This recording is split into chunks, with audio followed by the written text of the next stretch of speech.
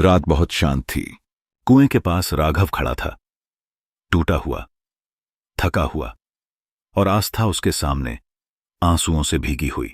राघव ने धीमी आवाज में कहा, आस्था, तुम मुझे छोड़ने की सोच क्यों रही थी? क्या मैं इतना बुरा हूं? आस्था ने सिर झुका लिया, आवाज कांप रही थी। राघव, तुम्हारी गलती कुछ नहीं, गलती मेरी है, या शायद किस्मत की। राघव का दिल फिर डूब गया।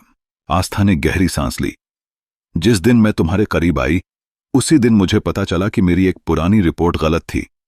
राघव चौंक गया। रिपोर्ट? कैसी? आस्था की आंखों में दर्द भर आया। राघव, मैं पिछले 2 सालों से एक ऐसी बीमारी से लड़ रही थी जिसके बारे में डॉक्टरों ने कहा था कि शायद मैं कभी सामान्य जिंदगी नहीं जी पाऊंगी। इसलिए मैं किसी के साथ रिश्ता नहीं बनाना चाहती थी, किसी की जिंदगी बोझ बनकर नहीं जीना चाहती थी।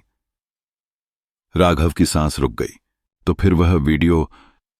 आस्था रोते हुए बोली।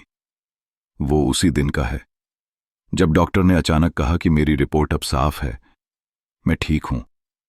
लेकिन उस वक्त मेरा मन इतना डर में था कि मुझे लगा राघव डिजर्व करता है किसी को जो बिल्कुल ठीक और मजबूत हो। राघव की आंखों में आंसू आ गए। आस्था, तुमने खुद को तकलीफ में रखकर मुझे बचाने की सोची? आस्था ने सिर हिलाया। तुम्हारा दिल बहुत साफ है राघव, तुम किसी टूटे हुए इंसान के साथ पूरी जिंदगी नहीं फंस जाओ।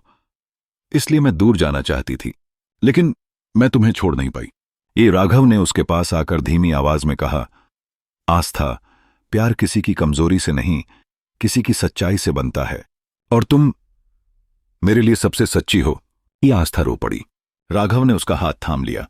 अब से जो भी लड़ाई होगी, दोनों मिलकर लड़ेंगे। डर तुम्हारा नहीं, हमारा है।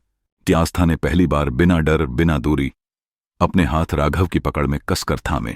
उस पल दोनों समझ गए थे, एक दूसरे को पकड़े रखना ही असली जीत है।